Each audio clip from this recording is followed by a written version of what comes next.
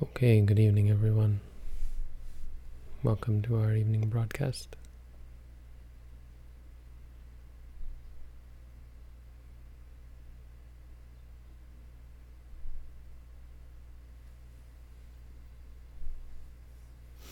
Evening Dhamma talk.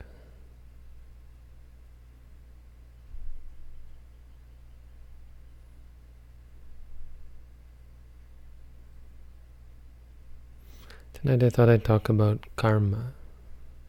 Use karma as a sort of a jumping off point. Karma is, I think, one of the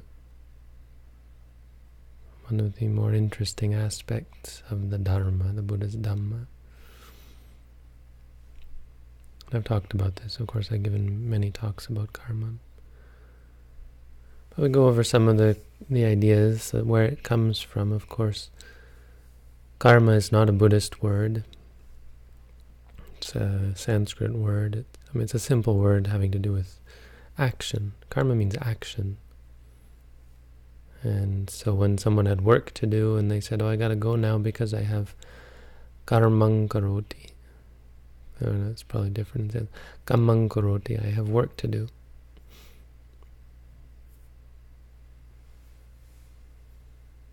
So that's all it meant. I have some things to do, actions that I have to perform.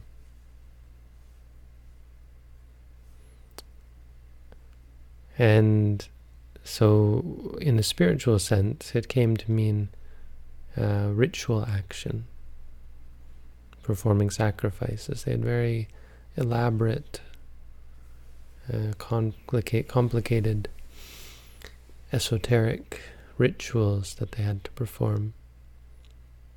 And those rituals were considered to be spiritual karma or a high sort of karma.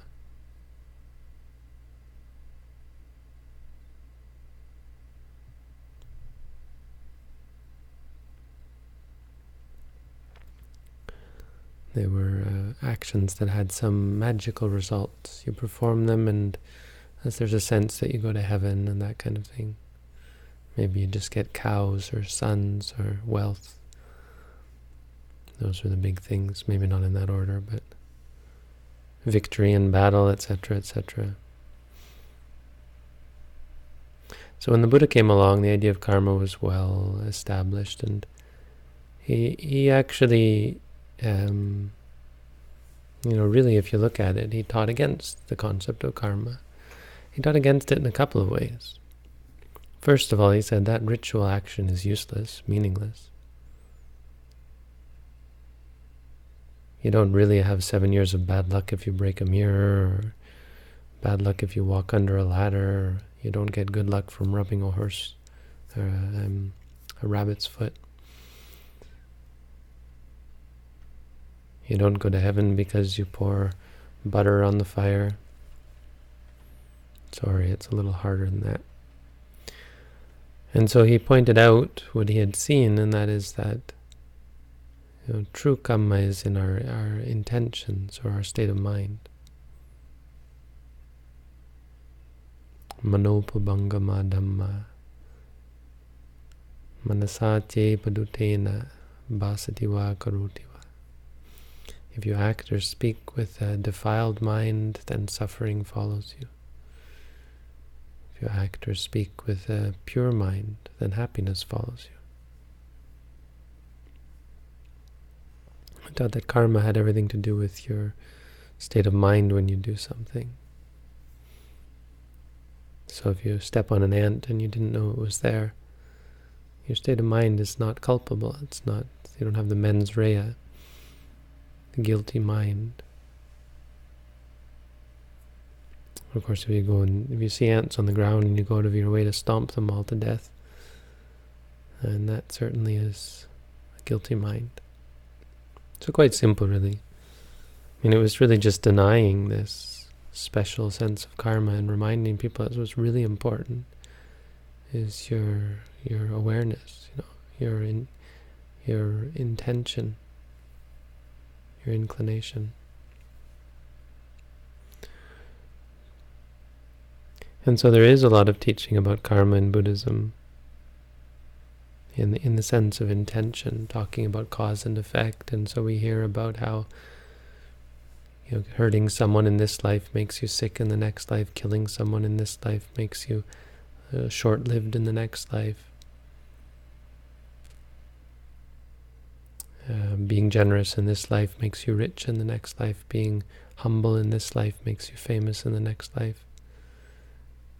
The Buddha taught these sorts of things. I mean, it's a very coarse and general sense.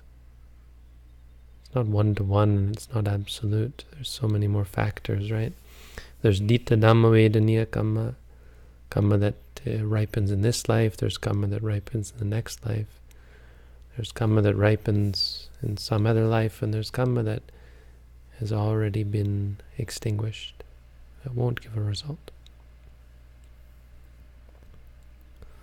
Then there's all the many different Kammas that have to compete. Some Kamma creates results, some Kamma supports existing or potential results. Some Kamma weakens the power of other Kamma. Some Kamma destroys the power of other Kamma. It nullifies it. Many ways of looking at Kamma. What made me really think of this is I saw just earlier in my room today a cat in the backyard and caught a squirrel. Dead. Killed the squirrel dead. So besides thinking about how cruel and evil cats are, it made me wonder about the idea actually of survival of the fittest.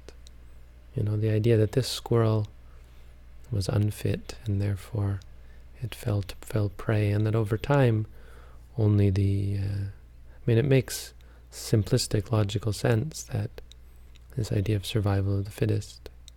And it looks very much like what happens in life, but it's kind of silly, because what if that squirrel was at the top of its game, but circumstances conspired, Sometimes the lazy squirrel gets lucky. So it's not. So what they would say is that, well, over time, it's going to eventually be survival of the fittest. But if you look at it closer, from a Buddhist point of view, it's kind of interesting to think of which species flourish, what members of a species flourish. From a Buddhist point of view, first of all, it's those who have good karma, right? And if someone has good karma, they're much likely to be healthier and stronger and faster than the rest, right?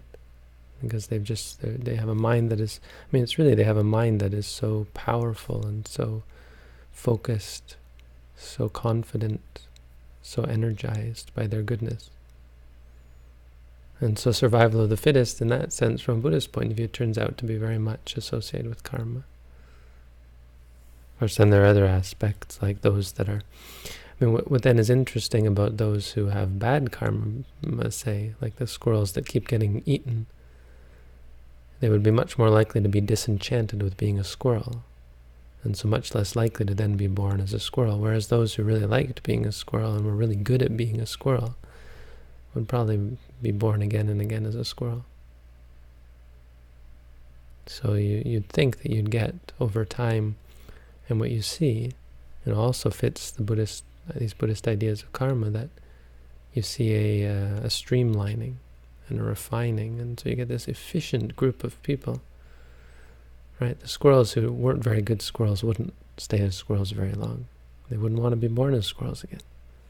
But those who do it really well and work into teams, have you ever seen teams of squirrels working together to scare off cats and birds and so on? And of course humans, much more important is talking about humans as well. We're much more homogeneous than you would think, right?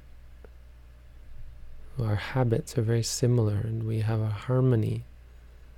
It's like a dance that we're dancing with each other and with the societies and countries and nations in which we live, because we've been practicing lifetime after lifetime. We're really good at it. Those who aren't very good at it, well, maybe they have bad karma, so they're born as an animal, or maybe they're not good at being a human in the sense that they're too good for it.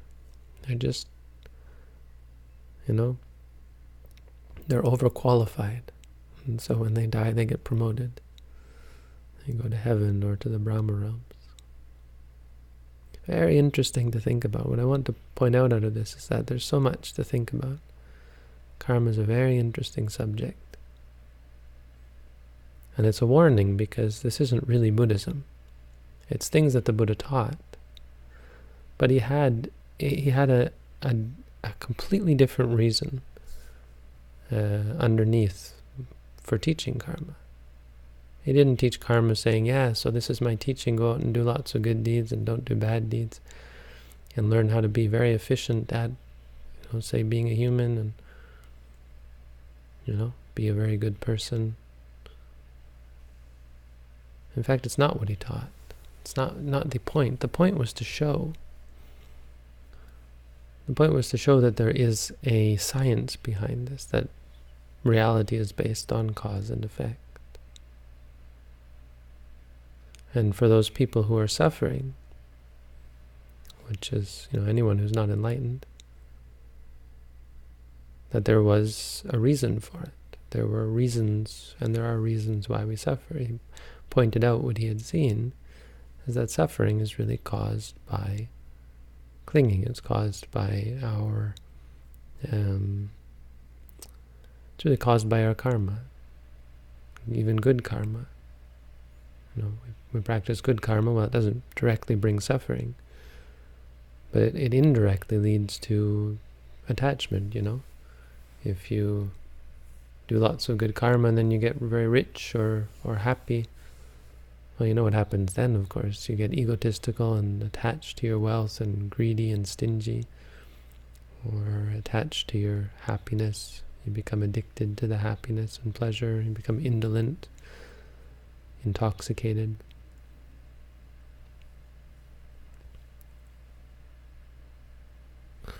And so one of the first things a meditator sees is the nature of karma. You may not have realized it, but that's what you were seeing in the first few days. You're really getting a sense of, okay, if I do this, it makes me suffer, it's stressful. If I do this, it's much more peaceful. And so you see some cause and effect. You start to see how anger is stressful, how greed is stressful, how delusion is stressful, how these things lead to stress, caught up in suffering. But that's only the first few days, You go very much beyond that, and you get into what looks a lot more like science, a lot less like religion, in the sense of there's no more talk about past lives, future lives, this magical inner working of karma where you do bad things and poof, bad things happen to you. It even goes beyond the idea that, really beyond the idea of suffering and the cause of suffering, in the sense of what you should and shouldn't do, right? This we were talking about last night. Someone asked should and is. It was Kant, I think. They brought up Immanuel Kant, I think was the guy. Maybe it was Hume, I can't remember. I can't keep those guys straight. You can't get a should from an is, and yet should is the nature of our mind. Should is how we think. And so what meditation eventually takes you to is the is. Right? So as you practice on, you start to see, it doesn't matter whether it's good or bad. Right? All these good things that you come to me, meditators inevitably will come to me and excited and tell me about the great meditation they had. Oh, it was wonderful. I really, really had a good meditation. It was peaceful, it was pleasant, and so on. In the beginning, it's like that. And of course, as you go on day in and day out, you start to see there's nothing really good about that.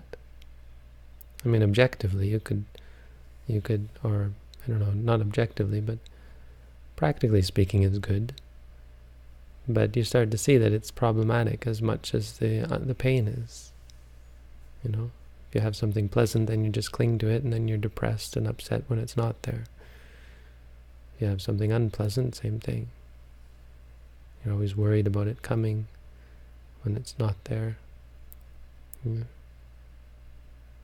it comes, the same as there's stress associated with good and bad. Good karma turns out to be not so good in the end. In fact, we were talking about how it's healthy people are often the most intoxicated, and when you have bad karma, you think of the squirrel getting dispassionate about being a squirrel. I bet that squirrel's kind of had enough of being a squirrel, getting caught by a cat who knows how many times. And so being a human, this is why you'll often hear teachers say being a human is a great place to become enlightened, because it's not too comfortable. Heaven is actually a wonderful place, simply because you can sit in meditation for months and months on end. There's very little to disturb you if you choose to do it, right? But it's quite often too pleasant. And so the problem is people in heaven don't meditate or didn't meditate. I think now with a lot of Buddhists up there, it might be different. I think it'd be kind of neat to be in heaven with all the Sotapannas and Sakadagamis. Anathapindika is up there, Visakha is up there, all these famous Buddhists that we hear about.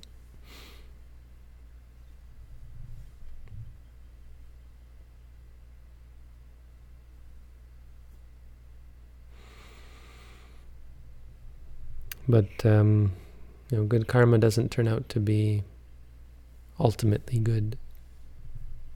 The results of good karma turn out to not be ultimately good. Because then you start to see, of course, the three characteristics: impermanent, suffering, and non-self.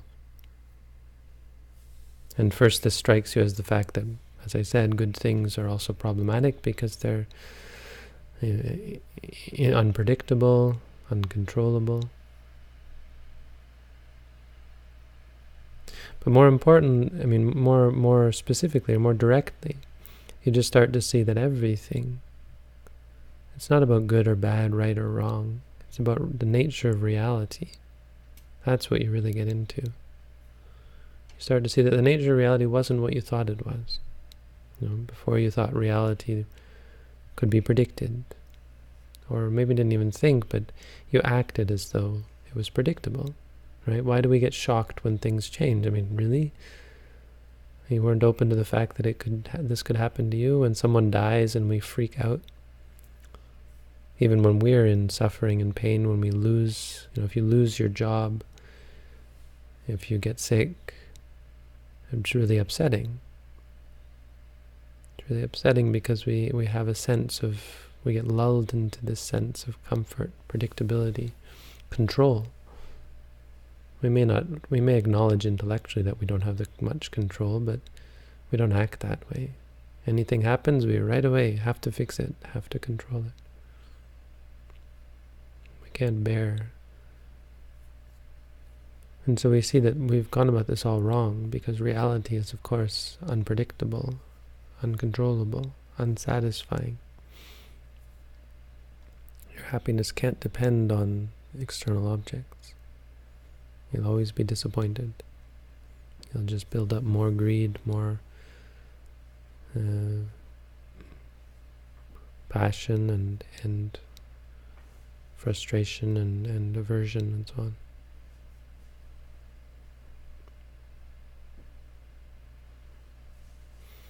And so very early on in the course, actually, we get very much away from the idea of karma. We're no longer concerned if we get sick. We're no longer concerned about... We're no longer even so concerned about doing good deeds. And now this has to be qualified, because good deeds are different in the sense that they're efficient. An arahant, an enlightened being, does an incredible amount of good deeds, but they're not actually wholesome. They're not karmically potent, because the person who's doing them has no motive. It's not doing them because X. I was thinking about teaching, and people wonder, why teach? Should you teach? Shouldn't you teach? Why do I teach? And I think this is the best explanation of why a person should teach. Not because I want you all to become enlightened, or I have a quota, or I think, boy, it would be great if X number of people could become enlightened.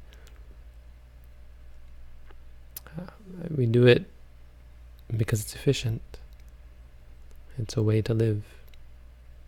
It's like if you're walking down the street and a person on the sidewalk asks you for a quarter, when you say no or when you ignore them, that's conflict. It's stressful. You don't feel so good inside.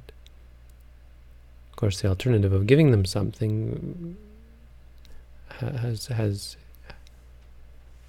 the problem that we don't, we're greedy, we're attached to our money, we're, we would say, deluded, and because we intellectualize it and we overanalyze it. What's the person going to do with the money, etc., etc., etc. But very simply, it's a conflict. Someone has asked you for something, and you create conflict if you don't give it to them.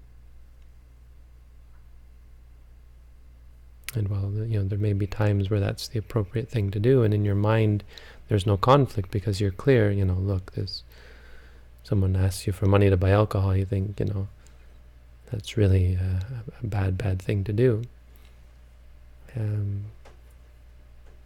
But the point being that enlightened being is perfectly fine to give money to homeless people, is perfectly fine to teach meditation. I mean, these are things that they can do. Good karma is totally open to them. Bad karma is not, because it's inefficient. It's there's a quality which is the reason why we call it bad. There's a quality to it that is complicated or inefficient. I think is really the closest I can get, because it requires something, delusion, really, ignorance, to do. Evil is anything that requires ignorance to do, let's put it that way. And by ignorance means you're not seeing it clearly. Evil cannot be performed if you're seeing perfectly clearly. That's a challenge. I mean, that's a claim. I think it's a very important claim. So enlightened beings do so much good. They're very keen on giving and helping and teaching, practicing, studying. But it's not out of any desire for results. I mean, it's not even out of an ambition, or they're not really keen to do it, but they're keen in the sense that it's really all they do. It's just their nature, because it's all efficient.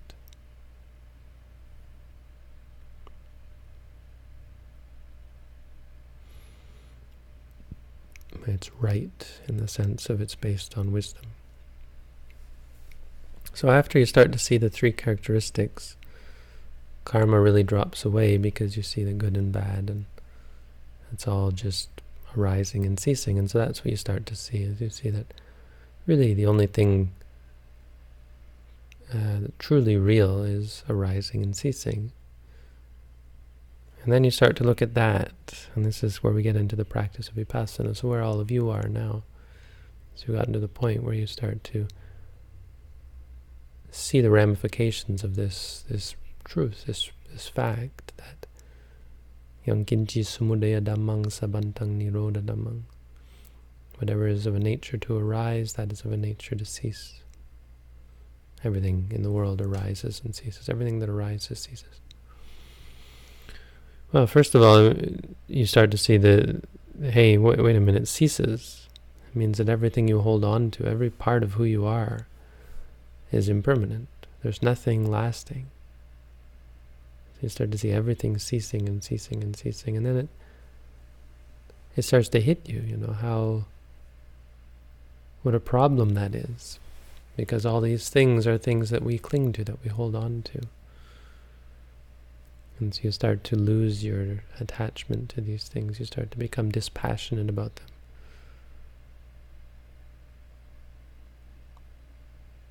And as you become dispassionate, you really turn. This is the shift that you're all sort of working towards, where you start to see that rather than get upset about these things, really should just let them go. You stop trying to fix, you stop trying to control. You really become quite powerful, and the meditation doesn't get any easier in the sense of the same situation, conditions come up. I mean, this is who you are, this is your body. I can't make it comfortable. I mean, I could take you into states of concentration, but that wouldn't be helping. Much better is when you get to this point where you stop clinging, where you're really just watching, and you start to see that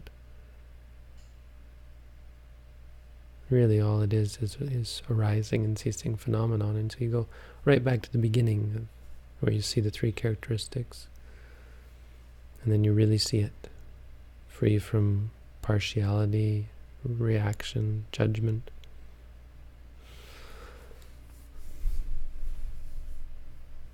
No karma, nothing to do with karma. I mean, there's so much good karma being produced because it's all very efficient, but there's no sense of I'm going to do X and it's going to have X result. It's just seeing things as they are. There's no more reacting to things. A thought comes up, you don't follow it. A sensation, an experience, seeing, hearing, smelling, and so on, comes up and you don't cling to it or react to it. That's what you're working toward. Also not the goal, but that's what we're working towards. Because when you get there, this is the most efficient. It's like you've untied all the knots, or you've removed all the friction, and now you're frictionless. And once you become frictionless, you're able to slip out. And this is what happens when the mind is frictionless. There's the cessation of suffering. Unlike anything else. Nothing, no arising, no stress. It's an experience that changes you. When you have that experience, even for a moment, it changes you. Changes the way you look at reality. You're no longer stuck or hung up on samsara. You've seen something better. You've experienced true peace. You become peaceful. Peace is inside you. So just some thoughts. I think I wanted to point out how interesting karma is, and how that interesting nature of karma is very much a side track. It's a red herring. You hear Buddhists talk about it all the time, and it's quite interesting. I think it's important for us to acknowledge that yes, a lot of what happens to us is probably karmically related. Why we're rich, why we're poor, why we're healthy, why we're sick. But you can't go around wondering, this happened to me today, is that karma? This happened to me, is that karma? Not only is it incredibly speculative, right? But it's also not the point. We're not looking for causes, or we're not delving back into the past or worrying about the future. In the end, it's not even really cause and effect. It's just about present moment. Present moment, seeing direct cause. When you see what is the nature of things and what do they immediately lead to. And start to see how you were looking at it in the wrong way, and so on, and you get through the practice of vipassana into the realization of nirvana. So, lots of good stuff to come. I'm really impressed by all of our meditators here. I was going to give an announcement before, but I don't care if it's on the internet, it's okay, but I just wanted to say really good work and appreciate all what you're doing. Really got a good group of meditators here. I was late, and when I got here the meditators were all ready to leave because they'd been here for a few days and I wasn't here. But I think that's calmed down once you get into it, and you have someone sort of reassuring you that you're not crazy. You're not going to go crazy. You can do this. It's much better. But I also wanted to say that, I don't know if we mentioned, but there's no one here, as you've noticed, we don't have a cleaning staff. And so I think you've all been told to some extent to clean up after yourself, to clean up after each other. I'd also ask if from time to time, and maybe every day, you could pick a chore to do. I think we have to be careful about keeping the bathrooms clean, because there can be all sorts of bacteria and so on build up. So, I mean, if you're looking for things to do, don't work all day. But I would recommend taking one chore every day, something different, something that needs to be done. Vacuuming, sweeping, washing, scrubbing, cleaning, organizing even, I don't know, whatever there is to be done. There's nothing to be done, you don't have to go looking for stuff, but do be a little bit observant and mindful and pull yourself out of the meditation. Do it mindfully, but pull yourself out for a second to think about what it is that needs to be done, and then try and do it as mindfully as you can. Okay? Oh, and if someone could could wipe the dust off this table, that'd be nice. I mean, in Asia, it's funny, in Thailand, they're not dust and cobwebs, they just let it, but I think we should be, clean the dust off. That top surface there is special because it's where the Buddha sits, so don't just put anything up there. And try to keep the dust off of it and wipe it down with a cloth or something. That kind of thing, there's probably a lot like that can be done. Gives you a little bit to do every day. Okay, that's the Dhamma for tonight. Thank you all for coming out. You can go back to your practice.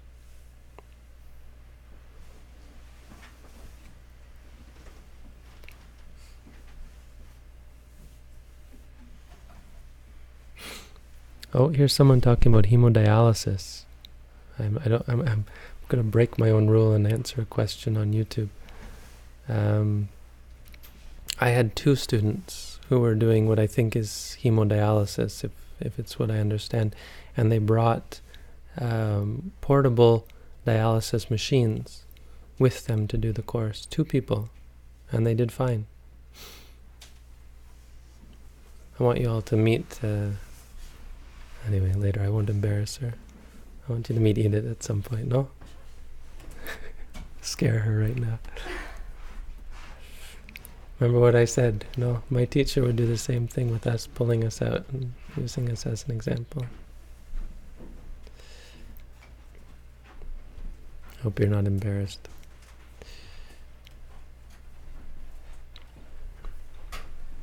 Okay, any questions on the site?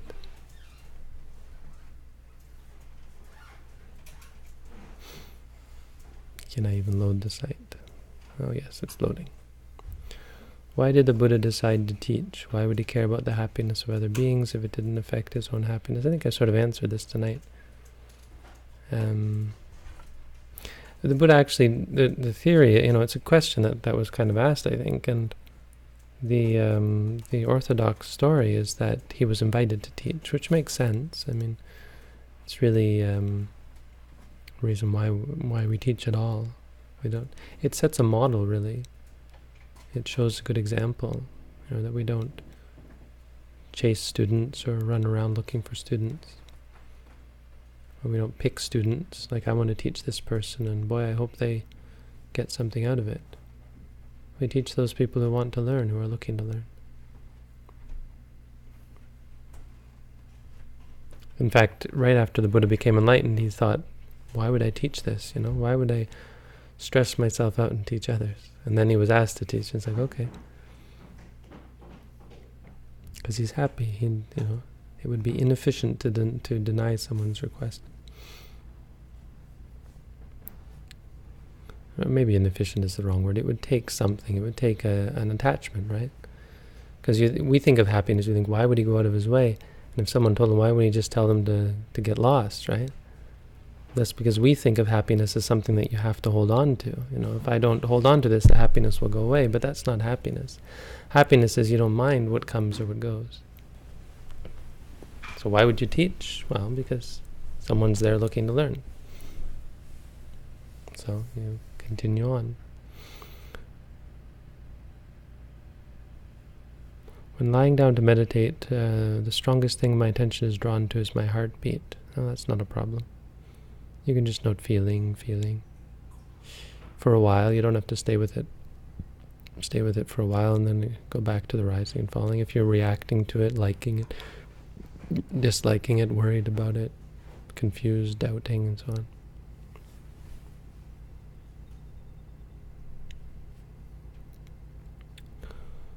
Who said there is no self? Isn't that a fundamental tenet? Tenet, I think, is what you're looking for, in Buddhism, and something that the Buddha described himself. Anatta is a quality. It's a characteristic of things. It doesn't say there is no self. The Buddha never said, as far as I know, there is no self. And I've gotten in trouble for this because some people have tried to give me a talking to and tell me, well, you know, he pretty much said there isn't a self. And I don't think that's true. I don't want to mislead you. I mean, it's not like the Buddha was therefore inclined to believe that there is a self. It's just, it's not a useful word. I mean, I've said this many, many times. Tried to explain this many times.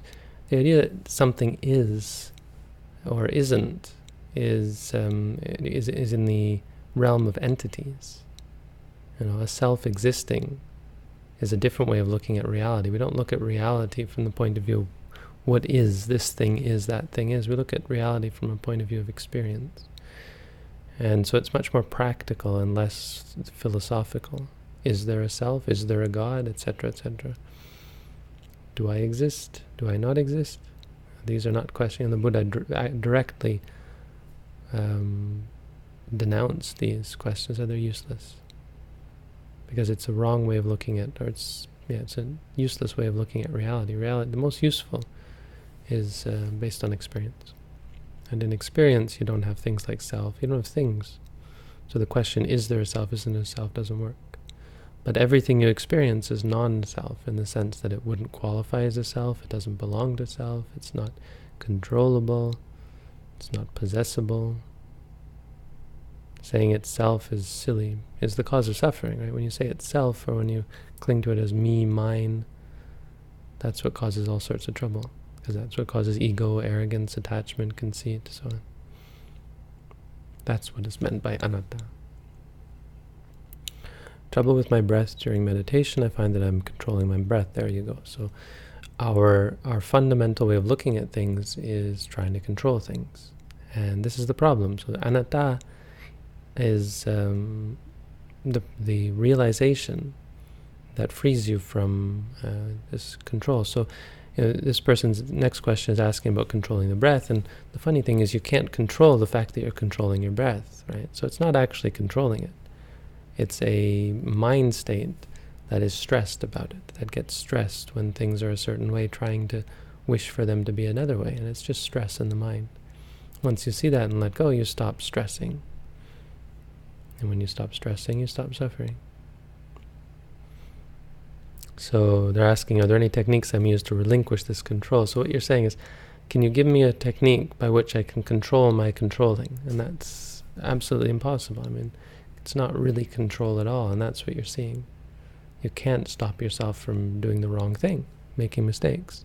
The only way to stop yourself from making mistakes, doing the wrong thing, is doing what you're doing. And so basically your practice is good. The person who's asking me this is practicing correctly. It's what we would expect. You see how dumb, how wrong we are, how misguided your intentions and your actions are. And you see it again and again and again until you finally really get it. And when you really get it, you stop naturally. So you're trying to observe the breath in the natural state. Well, that is the natural state, unfortunately. That's the natural state of you. You're all mixed up, as we all are. It's just a matter of seeing that and realizing what you're doing wrong. It just takes time and patience, really. Ideally, if you came here and did a course, I could really show you. Is it true that according to Theravada teachings, when a person achieves Nibbana, that person ceases? The person never existed in the first place. Again, we get back to looking at reality. We don't admit the existence of a person in ultimate reality. It's just a concept. You see someone, you think, oh, that's a person, but actually it's just light touching the eye. It's just an experience. When you think about yourself, it's the same thing. It's just a concept and abstract.